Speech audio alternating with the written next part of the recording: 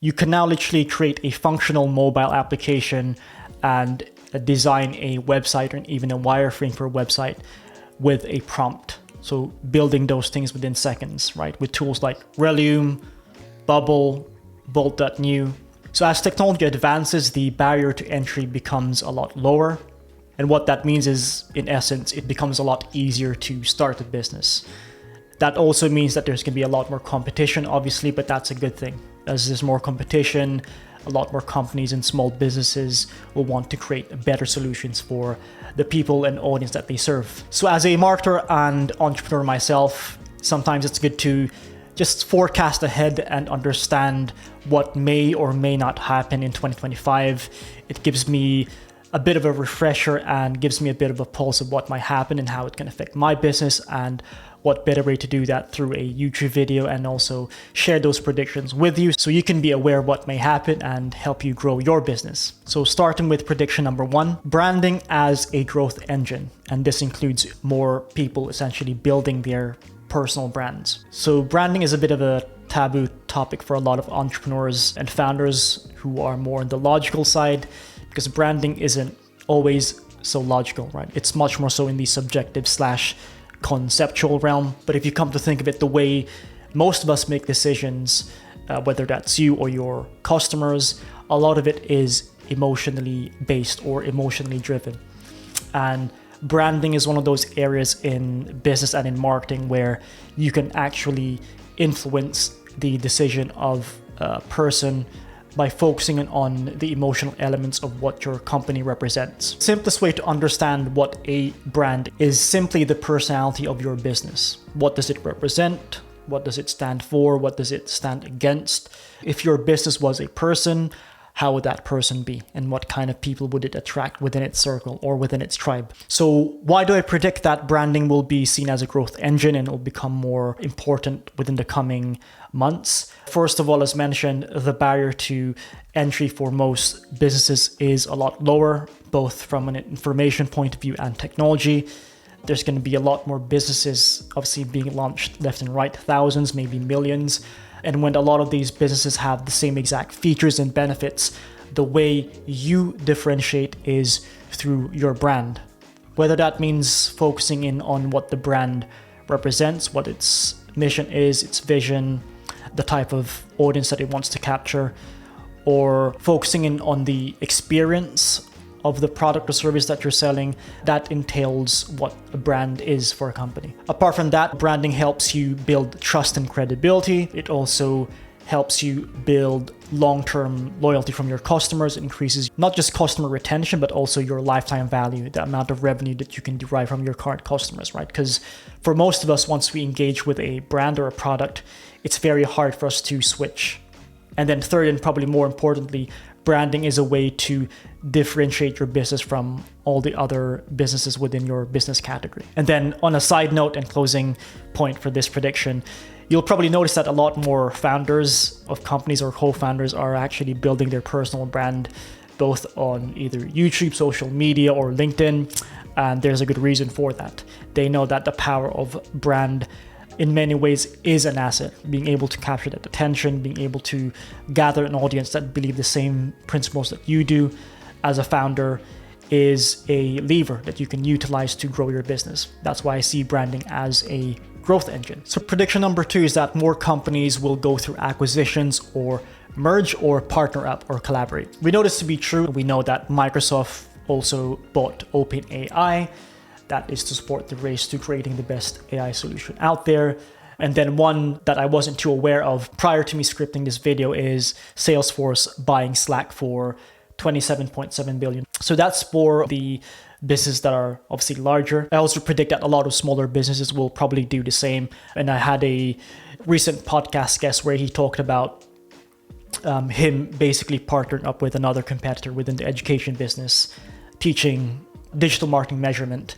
And in essence, they basically communicated and wanted to collaborate for an online event. And what they did was essentially merge their audiences together. So there's one unified audience. So this concept of increasing your market share and trying to sustain that market share is going to become more important as we head into a more hyper competitive economy. Because of the fact that a lot more businesses will focus on sustaining their business, being able to partner or merge or acquire another company might be on the books, and it is on the books, clearly from some of the examples I've given.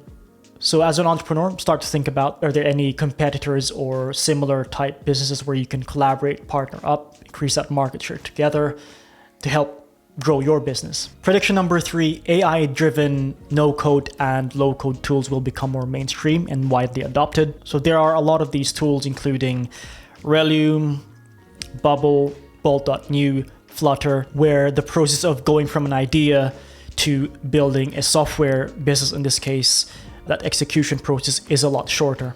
Whereas before there would have been lots of research, you needed lots of funding, and then you needed the right team of developers to actually build it.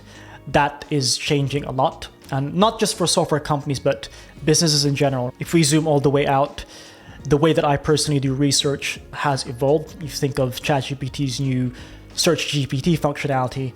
I use that a lot more than Google search. And so when the process of learning tools and using those tools to build a business or grow a business becomes easier and a lot faster, you'll see a lot more entrepreneurs and small businesses and even bigger companies adopt these tools. Prediction number 4 is that a lot more businesses will focus on sustainable growth versus explosive growth. So it's true that as an entrepreneur, I know that it's a very hyper-competitive economy. You probably have a lot of competitors within this business category that you're in.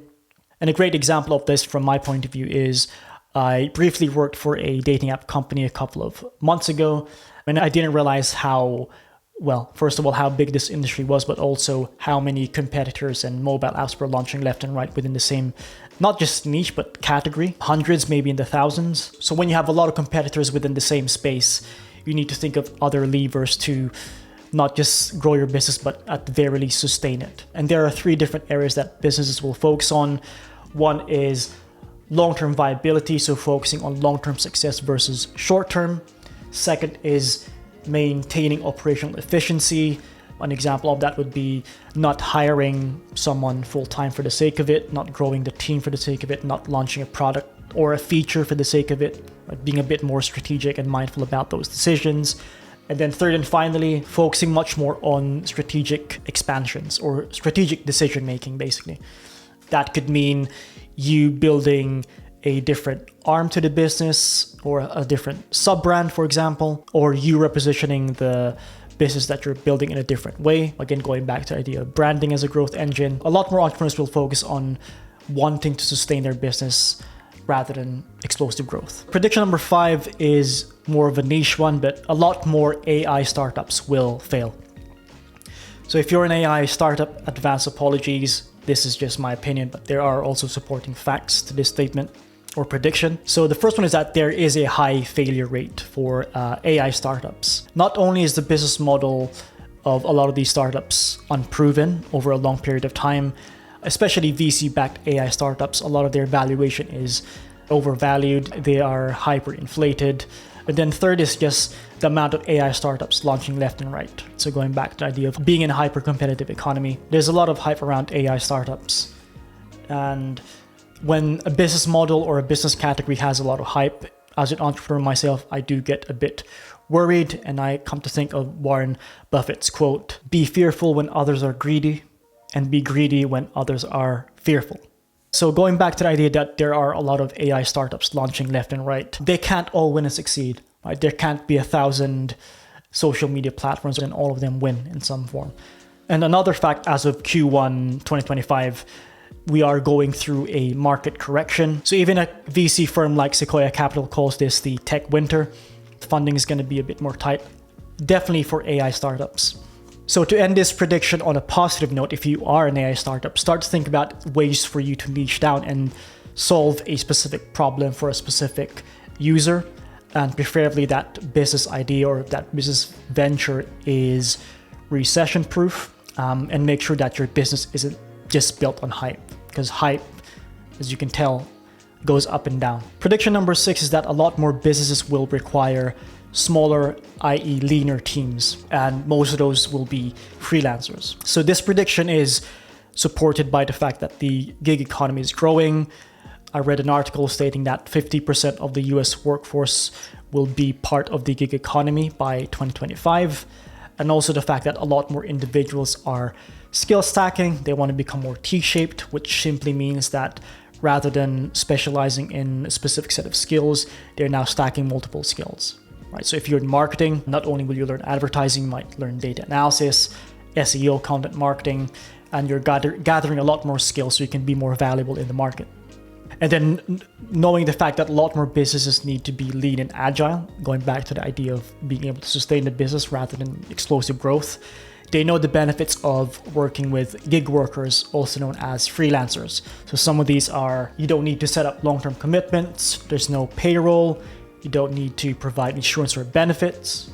If you find the right freelancer or consultant, you'll also get highly skilled ones, right? So there's no onboarding, you don't need to train them. You give them a situation, they come in, they fix it, and they go out. And as a business, it's very important for you to be agile.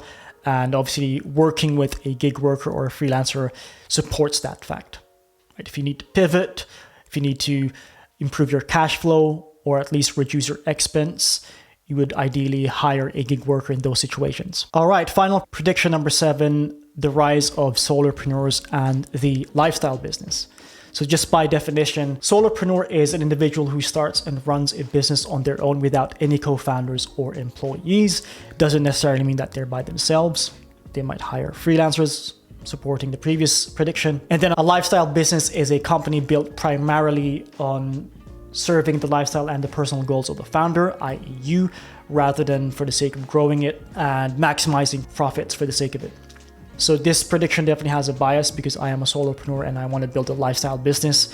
But if you come to think of it, millennials, who are people born between 1981 and 1996, and then definitely most of Gen Z, so people born between 1997 and 2012, their way of doing things and thinking about things has changed a lot, i.e. their paradigms is a lot different than previous generations. Not to bring back the pandemic, but post-pandemic, that has left a real negative scar for a lot of millennials and Gen Z, and most of us, to be fair. The fact that a lot of people lost their jobs, the idea of the traditional 9-to-5 is no longer a model that a lot of us believe in.